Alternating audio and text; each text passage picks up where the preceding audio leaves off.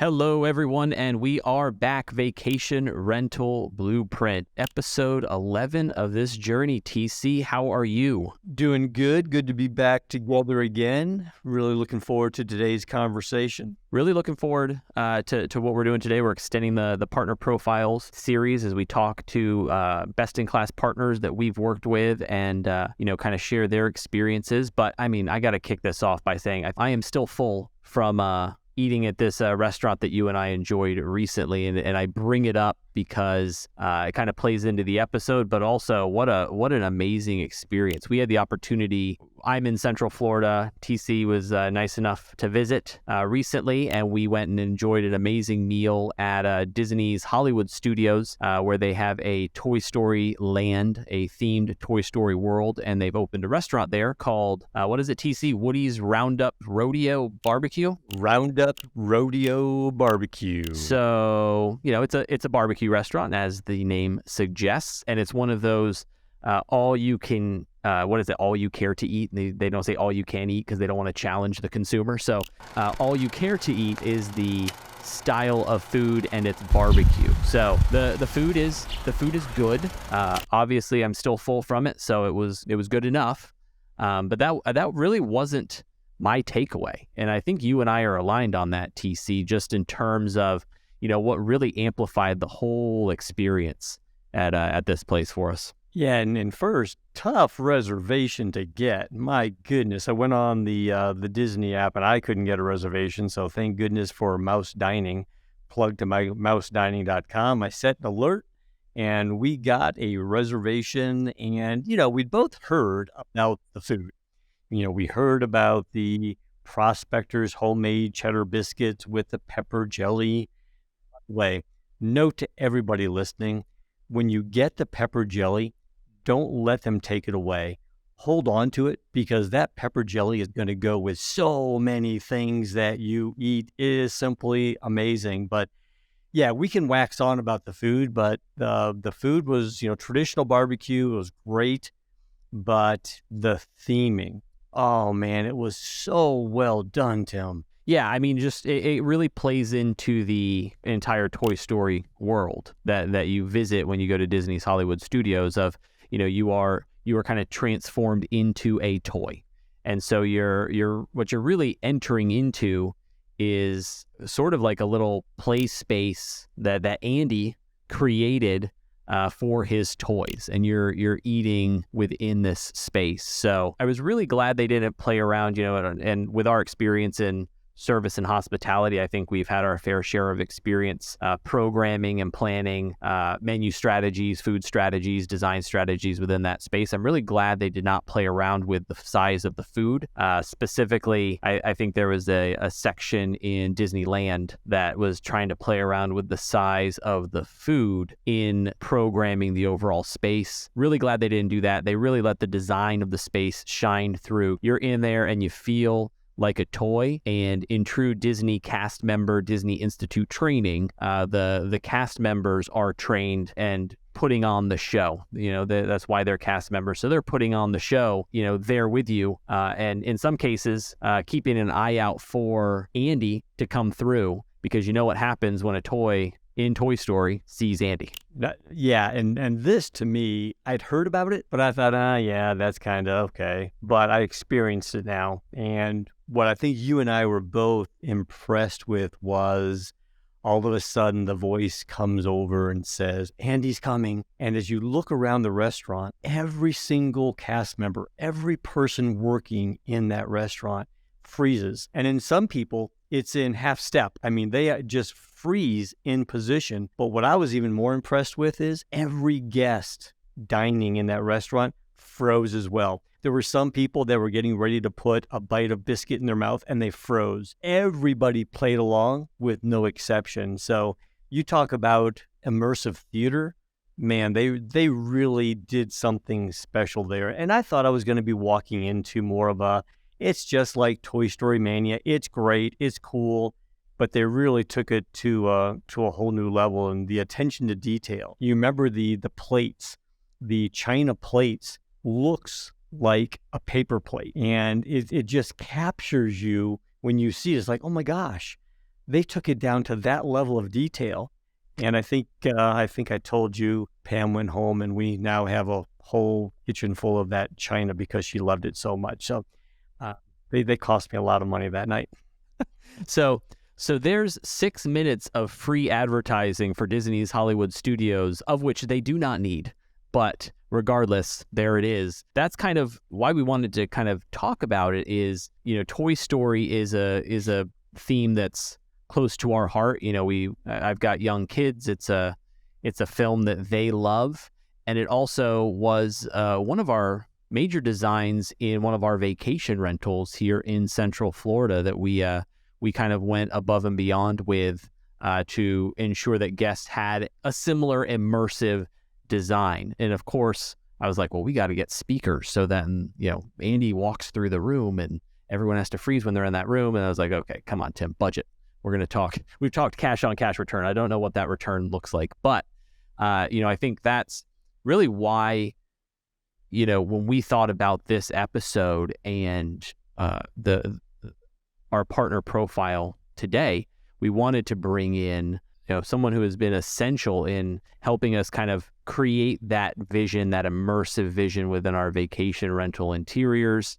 I don't know how much of a barbecue expert she is, so we will keep the conversation focused on design, but our partner profile today is interior design consultant and owner with Dream Vacation Interiors, and I'm excited to have her here today. Tammy Lavarro, how are you? Thanks so much. I'm doing fantastic. Thanks for asking, and I'm also looking forward to checking out that restaurant myself soon. If we're able to get in, we'll have to do the last thing. So yeah, get on the list. Yep, exactly. With everyone else, right? Tammy, I'd love if you could just take a couple minutes and tell us about you and your company and how you got started on this path and just kind of give us that story. So I started my path in this whole property management, making homes better, improving properties about 18 years ago. I was hired by a very large, well-known company that manages multiple properties all over the world, actually. And so I started out there as a leasing agent for some very high-end properties in Orlando. And I was there for a couple of years. My job at that company was to oversee all of the vacated properties and make sure that they were prepared for the next family that would be moving in. It might have been flooring that was needed, paint, whatever was needed. My job was to, work with the vendors and get that done. So after being with that company for a couple of years, I was offered a position at the time, it was a very large property management company for short-term rentals in Orlando or Kissimmee. And I was hired to walk all 200 of their properties regularly. My job was to be in the homes all the time, making sure that if things needed to be improved, that, I was working with the individual owners of the homes to make sure things were kept up. I was also working with the employees of that company to make sure that housekeeping was being taken care of in the homes, maintenance, all of that. So I did that for about 2 years. And then that same company approached me and asked me to move into their design center. And so I did, and that was very exciting. And we basically didn't furnish any residential. We just furnished vacation homes. So that's how I got my start in that. So I was with that company for a total of 8 years. And then I was recruited by another company with the same setup that owned 2 companies, a design center and a property management for short-term rentals. So I was with them for about 2 years. One thing that, there was so many positives that came out of both of those relationships, but I felt very privileged because I was able to work with the reservations departments at both of those companies and, just literally pick up the phone and call them and say, hey, what are guests asking for? What are they looking for when they're calling in? What do they like? What don't they like? Share with me as much as you can. And then I was also very privileged to see all of the surveys that any guest that stayed in any of their properties filled out, whether we furnished it or another company furnished it. I was able to see every single survey. And I took the time to read every single survey. So that was very enlightening. And I know there are a lot of talented designers in this industry. I don't know of any others that have that background specifically. About 5.5 years ago, I just decided to make the leap and start my own company. I don't do any property management. I get asked a lot, would you like to manage my property? But I don't go down that path. I stick with what I'm really good at, and that is my passion, which is furnishing vacation homes. So I've had my own company for about 5.5 years, and I feel that my background is definitely puts me in a really good position to provide my potential clients with advice and, just basically share everything that I've learned over the years with them. That's awesome. And to everyone out there listening, we will have all of Tammy's contact info and website in our show notes today, as I'm sure you will definitely want to be reaching out after this conversation. And I think that's into the bulk of our conversation today. And Tammy, just to make sure we're all aligned, on a past episode, 2 episodes ago, actually, we kind of set a framework for our listeners. So, as our real mission here as the Vacation Rental Blueprint is to empower competence and confidence with owners to be able to self-manage their property. We believe that, when you're getting started in short-term vacation rentals, the cost of property management is prohibitive to profitability. And so you really need to look at this with a clear framework in order to accomplish that. And we built that framework on the concept of objectives, strategies, and tactics.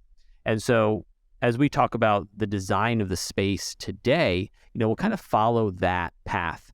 And I think from a design perspective, and from my background in service and hospitality, I've definitely been in varying degrees of hotels, resorts, even restaurants and general service industries where I've had the great fortune to work with amazing designers. And, just the importance that I've learned over the years of, having a designer who is passionate about what they're doing and really commits themselves to creating a beautiful space is the difference between success and failure. And many times, I've been in, the boutique hotel space where we've got 12 Airstreams and they're each custom designed. And if you have a designer that doesn't go into it with that passion, you really feel that the minute you walk into one of those Airstreams, and you just kind of have that deflated feeling of, oh, this is an Airstream. I just paid $400 a night to stay in a trailer. Crap. So, when we think about design, we'll start from the objectives. And I think for most owners, I think they share the common objectives of they want to maximize their cash on cash return. They're investing cash that they could invest anywhere, and they've chosen a short-term rental, a short-term vacation rental, because they believe they can get a cash on cash return that is better than an index fund or other vehicles for investment. And in order to do that, their objective is really generating a high percentage of bookings and getting repeat guests and referrals to kind of improve the occupancy flow of reliable guests. And so as we focus our conversation today, that's sort of the overarching objective that we look at before we kind of drill down into the strategies, where the strategy is really more of the roadmap. It's the conversations we have with owners. It's really focused on, breaking through the competition, standing out with potential guests, creating a compelling design, and using that design as a delivery vehicle for a great guest experience. So they'll tell their friends about us. But then it's also, a compelling vision for a design, as I'm sure is executing that design is a completely different skill set and expertise, because I think creativity and execution have to go hand in hand, and so often they don't. So I think from there, from a strategy, from a design standpoint, I've actually joked with TC before. I think every short-term rental owner, or majority, they think they're a designer.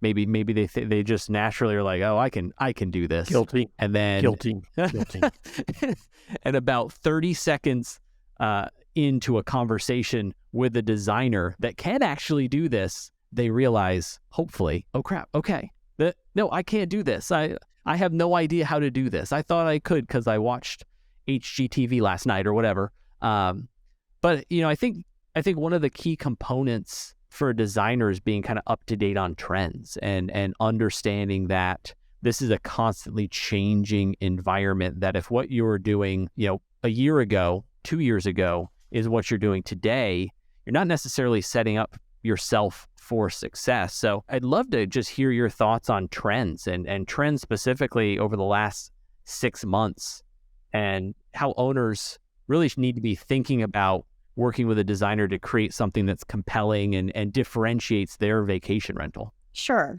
Yeah. So exactly what you were just saying. So I am seeing a huge trend lately that owners are thinking about furnishing the property themselves. Speaking from experience, I feel like that's a huge mistake unless the owner has a background in interior design and or they have a successfully furnished previous vacation homes. I'm seeing this a lot, and there's some statistics that I'd like to share with you guys. A recent study by Airbnb showed listings with professionally photographed, well-furnished interiors earned hosts an average of 70% more than homes that didn't meet this criteria.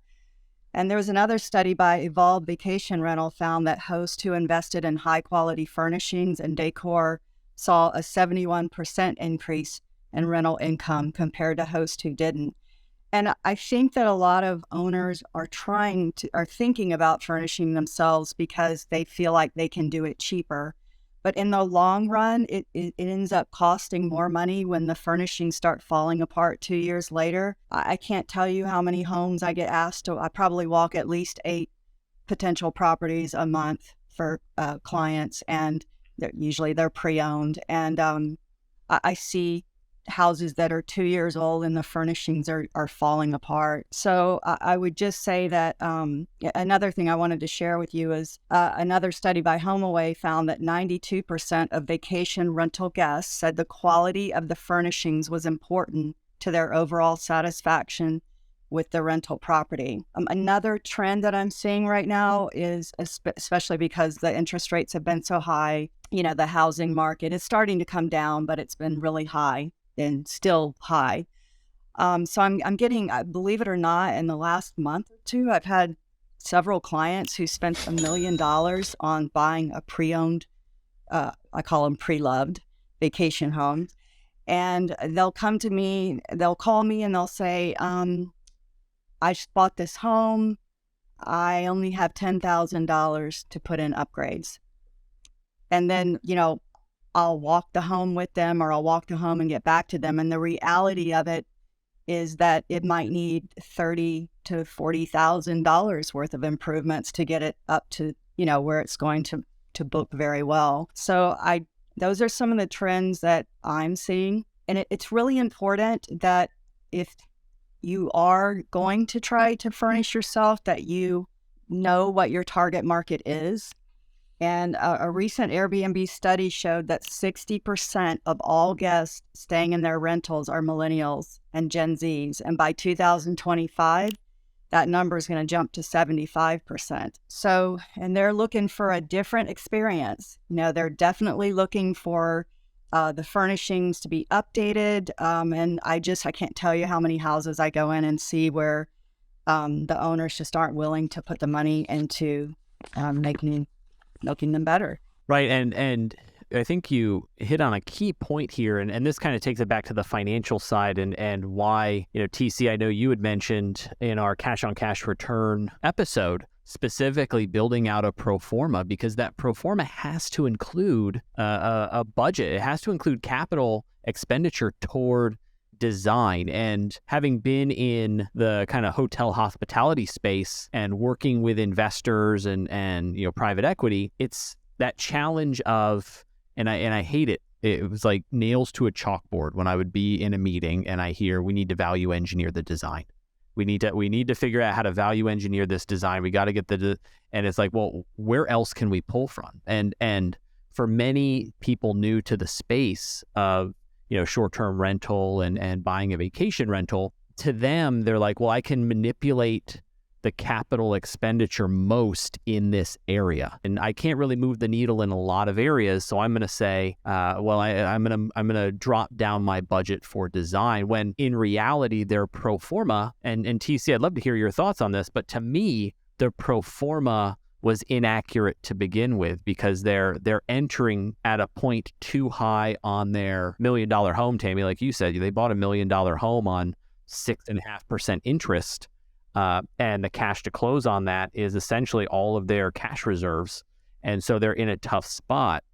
TC, I'd love to hear kind of how you think someone should approach a pro forma and take that aspect of expense into account. Yeah, so we share with our listeners often that the value of the pro forma is many faceted. So as we think about this, and this is where Tammy was just incredibly helpful to me, is when we thought about the budget. My first comment to Tammy was, I don't know what this is going to cost, but I don't want to limit great design. And that was an important element, because if I would have said to Tammy, hey, we only have $75,000, she probably would have said, well, okay, what else do you want to do besides the family room? Because you pretty much spent all your money. And I think that's where the owner has to be really thoughtful about even engaging a conversation with someone like Tammy. The design fee you pay for that consultation can go a long way in helping you build your pro forma. But also, what I found just incredibly invaluable is Tammy's ability to push you in the direction of where to and where not to spend without sacrificing design. And, I think that was the piece that I could never have considered furnishing it myself, because I would have done a horrible job. And this is where, someone with Tammy's background and her expertise, she was able to tell me, it's not worth paying more for this couch. This is going to be fine and accomplish all your needs, but you do want to spend over here. That perspective was well outside of my area of expertise, and I think it's something that every owner should consider. It's a game of details. I mean, that's the piece that I've always taken away from the design process is, a great designer, one, it's an exercise in trust. You need to get to know and build confidence in your designer, and then trust them to do the work. That the number of I'm not going to call anyone out in particular, but the number of Star Wars Millennium Falcon themed Florida vacation homes that I walk into, that you can tell the owner bought the furniture because it's like beach furniture.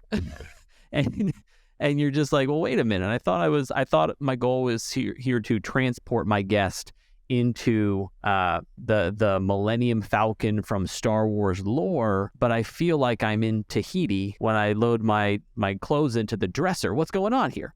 And I think it just shines through when those shortcuts are taken.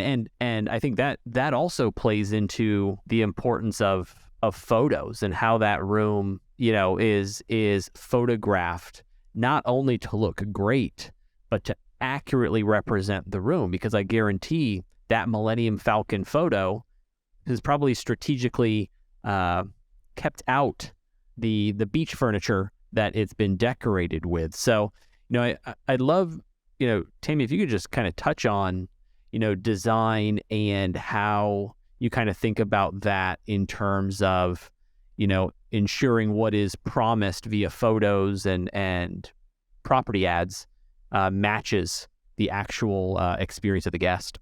Yeah, so that's a good question. And so you touched on in the beginning that most people that are listening to this are managing the homes themselves. And I'm seeing that trend over the last year. I'd say probably 80 to 90% of the clients that I speak with are planning to attempt or successfully, manage the home themselves. So that's their desire. But I'll give you an example. We just furnished a house not too long ago, and we met with the clients as we were finishing up the home, and they didn't even know how they were going to get the lock on the front door. So my team helped them. And then, we started to talk to them about the fact that you do realize you need to come in after or you or someone that you have connected with needs to come in after every single guest leaves and make sure that, everything's there, nothing was damaged, nothing was taken. And we saw that deer in the headlights look like they didn't even realize,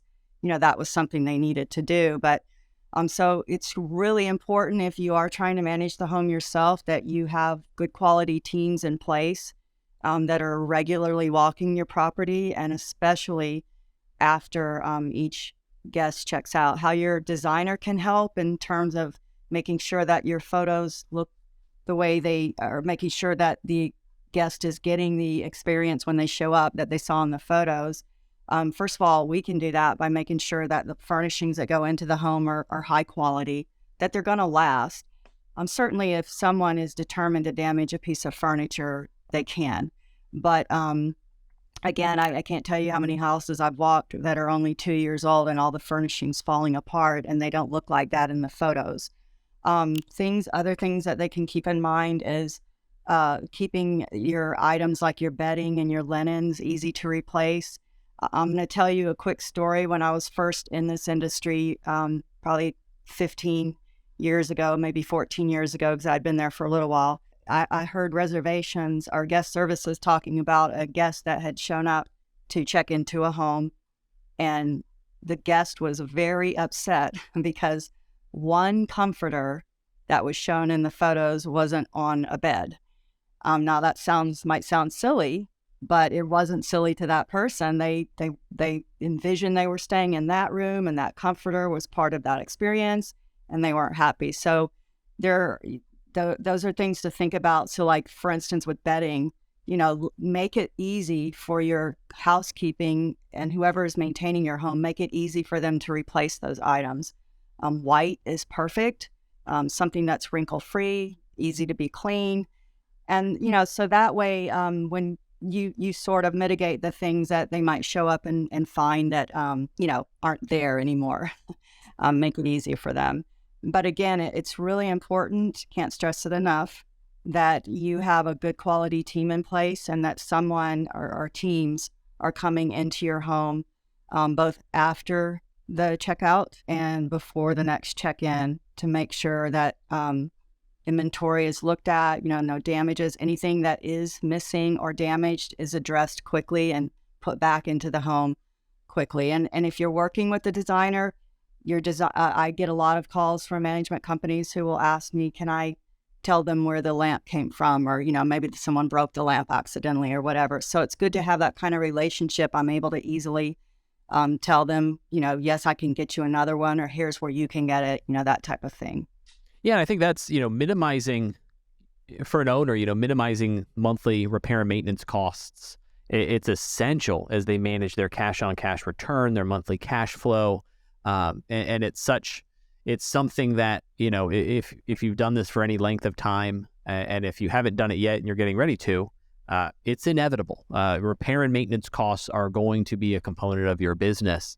And, if you don't plan for them accordingly, you're going to be impacted from a cash flow side. But I'd love to hear, some of the best ways to achieve, I guess, repair and maintenance resiliency through great design. Sure. Yeah. And not to sound I'm repeating this over and over again, but the number one thing that I'm going to stress first and foremost is that you need to put good quality furnishings in your home that are going to stand up to the test of time. There are things that you can do, your designer can do to make sure that performance fabrics are used on high traffic items like your sectional sofas, love seats, dining chairs. Another thing is consider the type of paint that's used in the home. I see a lot of the new builders, unfortunately, using flat paint. And I know they do that because it tends to show flaws less, but it doesn't clean well. And the first time someone goes over with a washcloth to try to wipe something off the wall, it's going to take that paint with it. So if you're bringing in someone to paint your home, even if they're just painting, certain rooms or whatever, make sure that it's a satin finish that's going to work well and it's going to be easy to be clean. Another thing is that if you're putting some kind of specialty feature in a room, I'll use this as an example because I see this all the time. Everyone loves the LED lights and they look really cool and they photograph well. And, I hear it from all the management companies that, guests, they love to see that, and that's great. But I can't tell you how many houses I've walked where I see that someone who built a wall or built a feature wall didn't secure the LED lights properly. They're falling off the wall. So you want to make sure that any features that you do bring into the room are stable and secured well, and that your design team has done a good job of that. Make sure that before you implement any ideas, think about safety as well, safety and durability.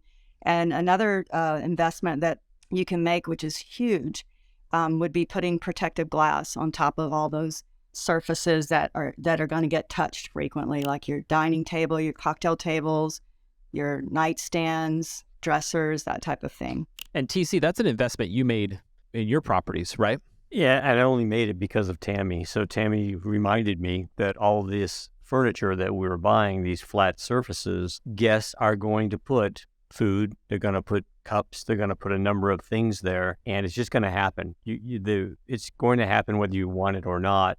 And she really encouraged using the glass installation. And my first concern was it's going to look kind of sterile. I was dead wrong. It looks great. It's easy to clean. It protects the furniture for durability, and a big win for a fairly low cost. I mean, it was a relatively low cost considering the amount of damage that can happen. Yeah, and we're looking, and as we tend to do, we're looking at this through a certain lens, maybe Central Florida or the Southeast, but also our experience in the West, in the Midwest, and the North. It's really taking your environment and your weather and all of those variables into the design, because what's happening outside can impact what's happening inside your house. I think of if you're in the Rocky Mountains or you're in the mountains and you have a big snowstorm, what are you doing to protect all that de-icer or salt that's going to be coming into your space?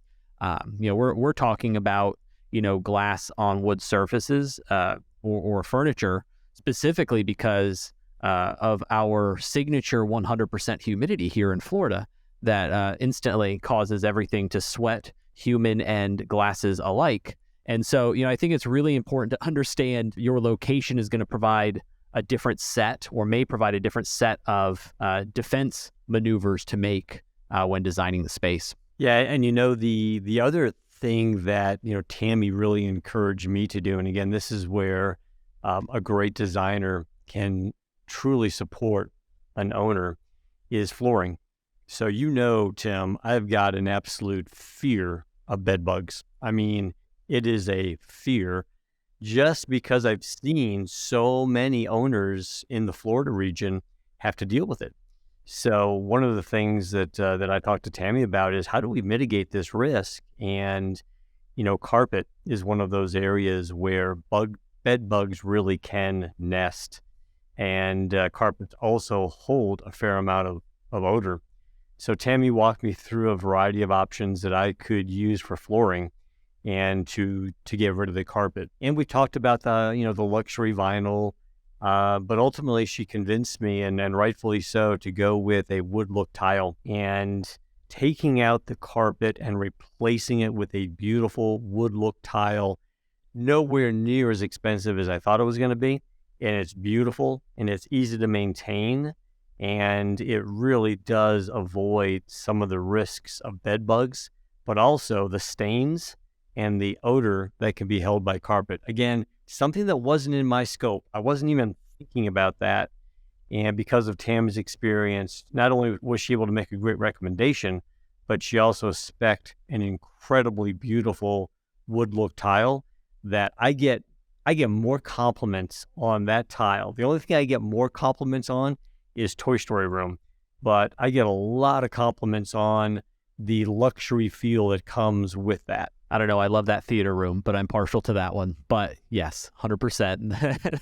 That wood tile, if I could put it in all of my house, I would tomorrow. So love it. And I think that's a great kind of segue into, we've talked about some common mistakes, but Tammy, any other common mistakes you see owners making when they're designing their vacation rentals? Oh yeah. Yeah. Yeah. Let's go. I love it. Okay. So like I said, I probably walk at least 8 homes a month, sometimes more. These are pre-owned homes that clients are purchasing. And so you can usually tell almost 100% of the time when the property's been furnished by an owner because the design, it just doesn't feel cohesive. For example, the furniture in one room might be extremely traditional. Then you'll go in another room and it might be very modern. So you don't see cohesiveness in the design as soon as you walk in the door. Art is one of the huge mistakes that I see, probably the biggest, is putting cheap, small art throughout the home or putting a piece of art that was way too large for the space. Again, the art in the house might be totally different styles throughout the home. And that is one thing that people tell me all the time when we do furnish their homes, is that how well the house flows when they walk in. I see a lot of cheap furniture made out of particle board in the homes. While, if it's your personal home and you're just looking for a desk for your 12-year-old and maybe it's going to be there for 2 years, that's a whole different story. But if you're furnishing a vacation home, you need to make sure that there's no particle board in the home, that, things are made out of wood and that things are going to last. I see it all the time. I see color combinations that don't make any sense. I might have like a bright purple on one wall and then the rest of the room is a completely different color. Another mistake that I see a lot is furniture doesn't fit well in the room. They didn't plan the space well, so maybe they had an extra nightstand that isn't fitting and now they just stick it in the corner of the room. So a lot of common mistakes that I see, and those are things that a well-trained interior designer, and especially one that specializes in vacation homes, will be able to make sure that none of those mistakes are made. One of my questions on mistakes, because I do see it often and admittedly have conversations, and I'm not really sure. I know my opinion on it, but I'm not really sure the designer or the right way to respond to it. But in some areas of the country where you're doing themed rooms, there's maybe a prevalence of cost cutting to create a theme by adding wall decals that sort of force the theme into the room. How does that play into designing a space? And is there ever, in what instance is that actually, a useful strategy? And, how does that play into designing a space? Because I see it a lot and I hear people saying that they can, I can just make this type of room by putting this type of wall decal on the wall. Oh yeah, I see that a lot. And I see them falling off the wall all the time when I walk properties. They're falling off the wall. Or maybe they just stuck some really inexpensive little small decals on a huge wall, that type of thing. I see wallpaper falling off the walls that just wasn't secured properly to begin with. And the decals, they do have a place in this market, specifically in Orlando. But a good designer, a good team, a good mural artist will know how to secure those successfully to the wall so that they add to what they're doing in the room and it's not just an afterthought. And then also that they'll know how to make sure they get secured. If somebody wants to be super aggressive, they can remove anything. But I promise you, if you put them on properly and incorporate them into the design properly, they should last for a long time, if not forever. But yeah, so but just sticking a little decal on the wall is not going to. I tell my clients all the time, there's nothing exciting about this room.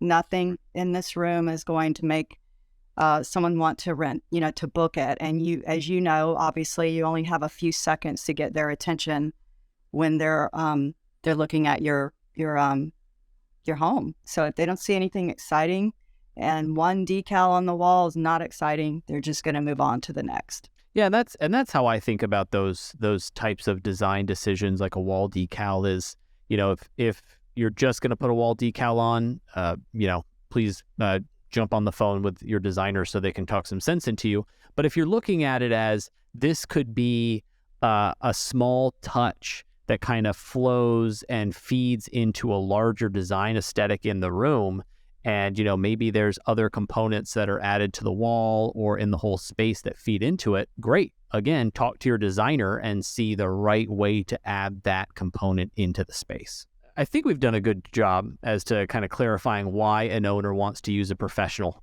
versus thinking they can do it themselves. Is there anything, Tammy, that you think we've missed in terms of selling our listeners on you're probably not the designer you think you are, and that's okay? So please, let's connect you with a professional.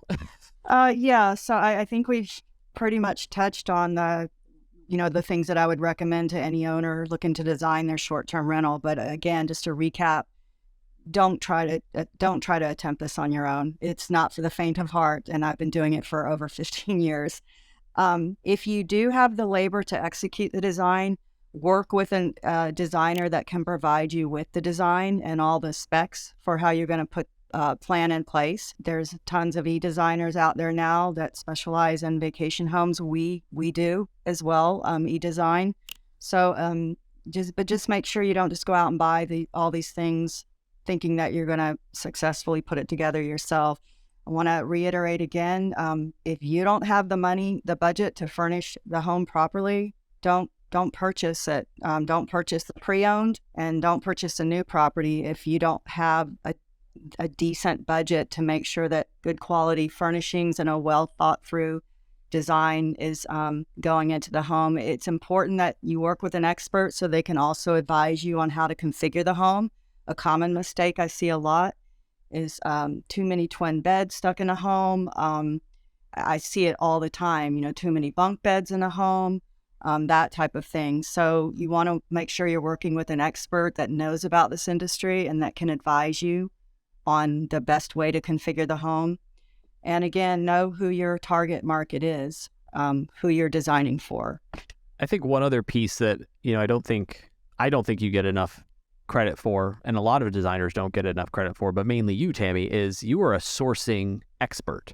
I mean, and it's essentially a component of what you do is understanding supply chain of the goods that you're bringing into the house. And there's so much value that can be added by working with the designer to, source the right material product in the time horizon that is needed at the right price. That people that think they can do it themselves and they go to a furniture store and they're told, oh, well, cool, you'll have that in 6 months. And then they're like, okay, now I got to call Tammy because I'm lost. Yeah, absolutely. So a good design firm will have a lot of wholesale accounts set up with some of the really good providers.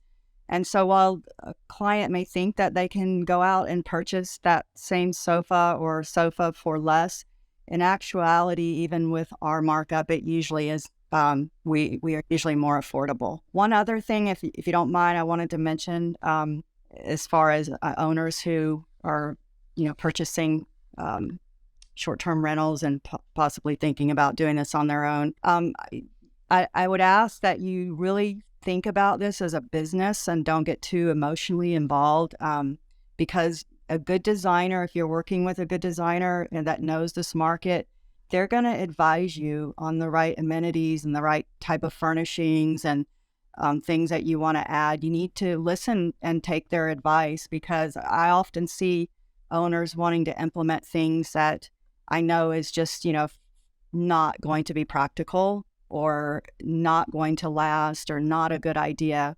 And so, it's okay to, let your designer know that you might stay in the home some and you really love a certain theme, that type of thing. But try not to get too emotionally involved in it, and remember that it is a business and you want that business to be successful. Yeah, it's that balance of, what you love and what you love in your space, in your personal space, and what the right business decision is to maximize the profitability of your business. And I think that's a great kind of reminder to everyone out there who says, oh, I just really love, carpet and particle board furniture. And it's like, okay, well, let's...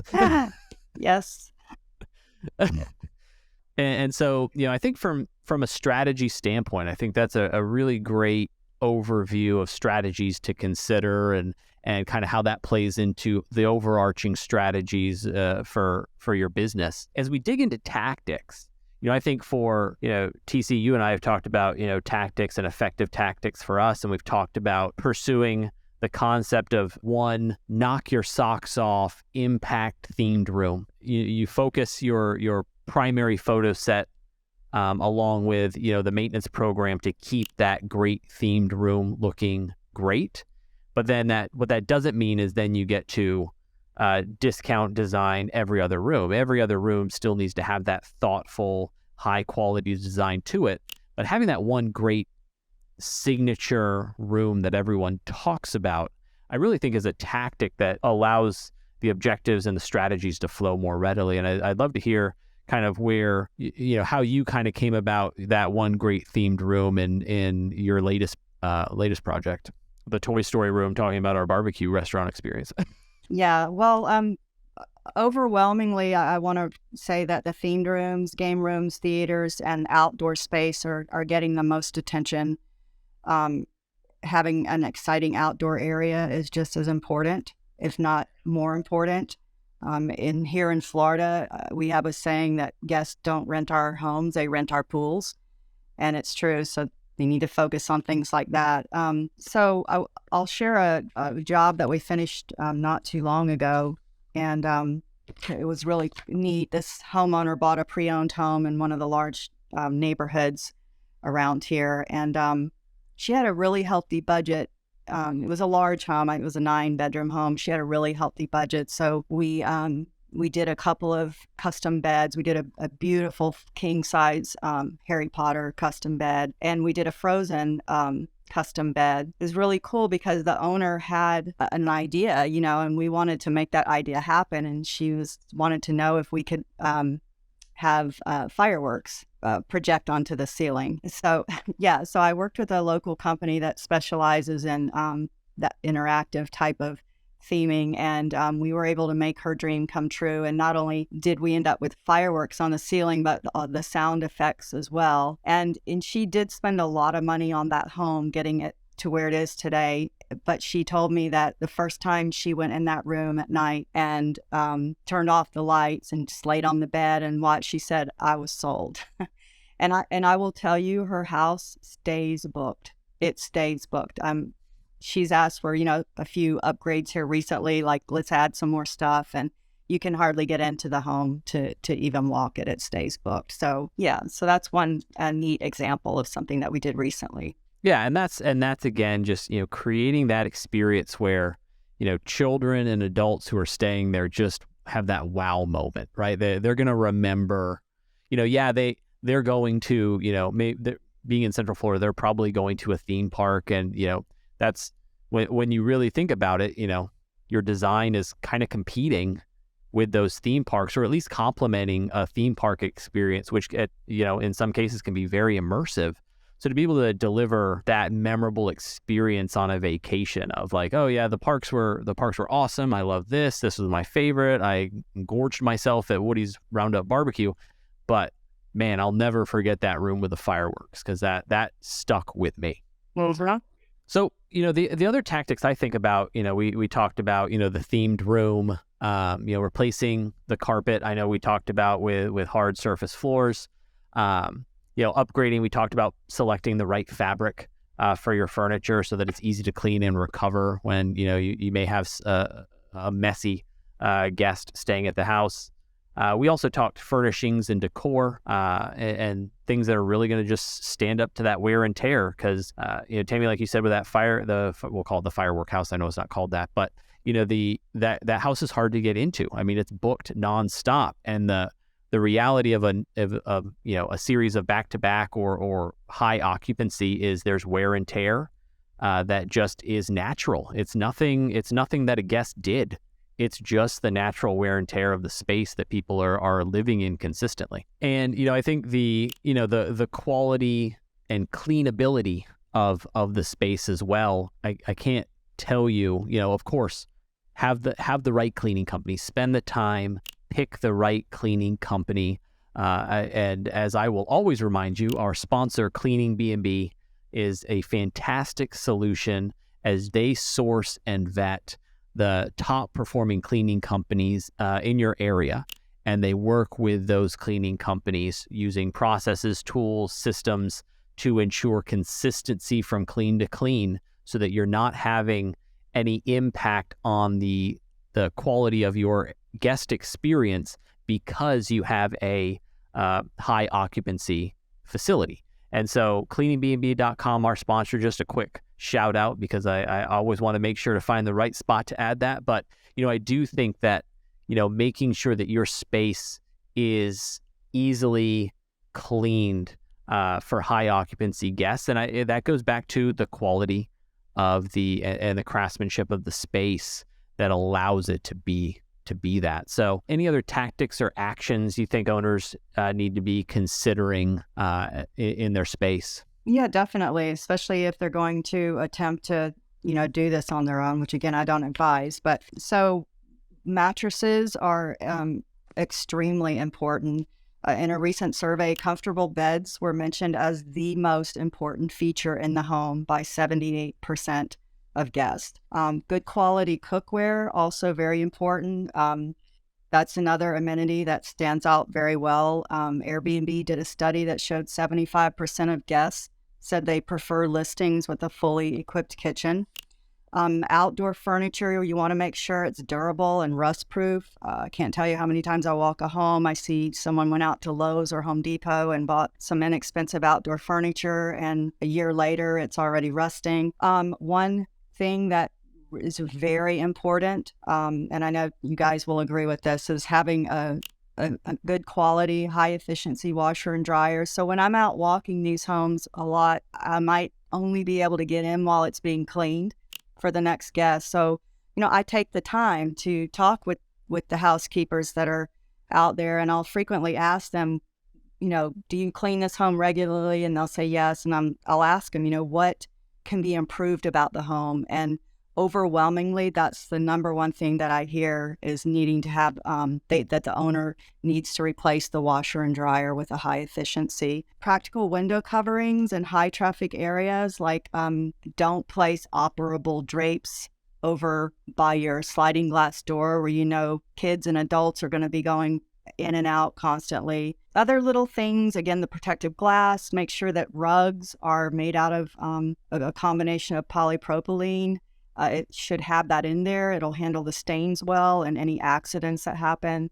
So there's just, there's a lot of other things too, but those are just some of the things. And so, just for everyone listening, as I said at the top, we'll have all of Tammy and Dream Vacation Interiors contact information in the show notes. Such a valuable conversation we've had, Tammy. TC, I'd love to kind of get your comments in closing and kind of wrap up. Yeah, I think for all of our listeners, we've all been in this boat of now we have the home. What do we do? Tim, I had talked to probably 4, 5, maybe even 6 designers before I was fortunate enough to meet Tammy and Dream Vacation Interiors. And the majority of the designers I had spoken to up until that point, they were just going to do what I told them to do. That was not what I was looking for, because I was smart enough to know that I wasn't a good designer. I was looking for someone who was going to advise. Tammy is a great advisor. She puts together a comprehensive design. And, we use that term, but what does it mean? Well, when a guest checks out and on their drive back home or on their drive to the airport, their comment was, man, your house just felt good. It just felt like it was home. I can't do that. That takes someone who knows what they're doing to create that cohesive design that's going to make someone feel good. Tammy was invaluable in helping me think through theming. You don't want to theme every bedroom. There is overkill. So she was really helpful in identifying how to do theming the right way to where, once again, the house comes together as a comprehensive home. And then to have partners like Dream Vacation Interior has, to where if you can dream it, they can do it? They can do it because they have great partners that they bring together to execute, to do the installations professionally. And, I am a master of plussing. So I think Tammy has come back in the house 3, 4, probably a 5th time here soon to continue to plus the house. And what Tammy's able to do with her team is to build upon what we started. So the story continues to unfold. So, my final recommendation to all of our listeners is a great designer, someone like Tammy at Dream Vacation Interiors, will really take this property that you bought and they will help you make it a meaningful investment that generates terrific cash on cash returns. And you can't do it yourself. You can self-manage, but you can't self-design. Exactly. There you go. Well, thank you. You should self-manage. You must self-manage, but don't even try to design. Don't do it. Don't do it.